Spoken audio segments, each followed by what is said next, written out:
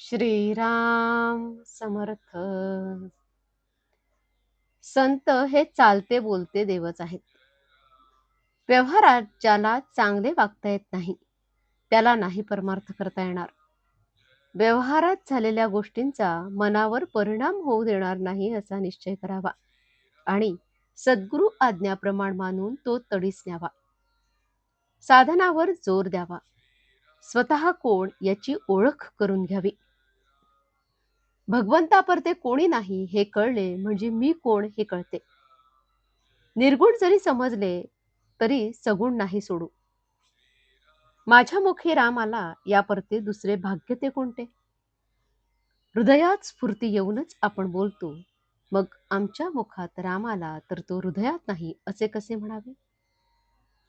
तुम्ही मला उपनिषदातले सांगा म्हटले तर कसे सांगू.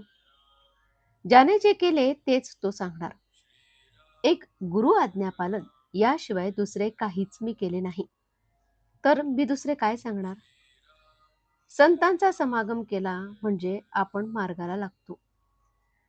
आपण साधूला व्यवहारात आणतो आणि नंतर तो आपल्याशी व्यवहाराने वागला म्हणजे त्याच्याजवळ समता नाही म्हणून उलट ओरड करतो. संत हे देहाचे रोग बरी करीत नसून त्या रोगांची भीती नाहीशी करतात. संत हे चालते बोलते देवच आहेत. संतांच्या देहाच्या हालचालींना महत्व नाही. भगवंताचे नाम सिद्ध करून देणे हाच संतांचा जगावर सर्वात मोठा उपकार होय.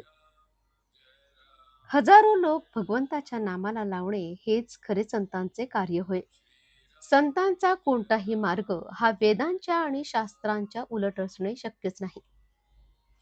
संत सूर्यासारखे जगावर स्वाभाविक उपकार करतात. सूर्याचे तेज कमी होते आहे असे शास्त्रज्ञ म्हणतात, पण संतांचे तेज मात्र वाढतेच आहे. श्रीमंत आईबापांच्या पोटी जन्माला आलेला मुलगा भीक मागताना पाहून आपल्याला त्याची कीव येते. त्याप्रमाणे मनुष्य जन्माला येऊन आपण दुःख करतो हे पाहून संतांना वाईट वाटते. एकूण योनी इतक्या आहेत की त्यामध्ये मनुष्य जन्म येणे कठीण आहे. मनुष्य जन्म येऊन भगवंताची प्राप्ती झाली नाही तर जीवाचे फार नुकसान आहे. म्हणून अत्यंत चिकाटीने संतांचा समागम करावा. त्यांची कृपा प्राप्त करून घ्यावी. संतांनी जो मार्ग आखला त्यावर डोळे मिटून जावे. पडण्याची अडखळण्याची भीतीच नाही. आपण प्रपंचात इतके खोल जातो की संतांची हाक ऐकूच येत नाही. ती ऐकू येईल इतक्या तरी अंतरावर असावे. संत वचनावर विश्वास ठेवूया म्हणजे भगवत प्रेम लागेलच. ते लागल्यावर विषय प्रेम कमी होईल. म्हणून संतांची संगत करणे एवढे जरी केले तरी कल्याणच होईल. आजचे बोधवचन. संत संगती आणि नामस्मरण यानेच भगवत प्रेम येईल. जानकी जीवन स्मरण. जय जय राम. श्रीराम समर्थ.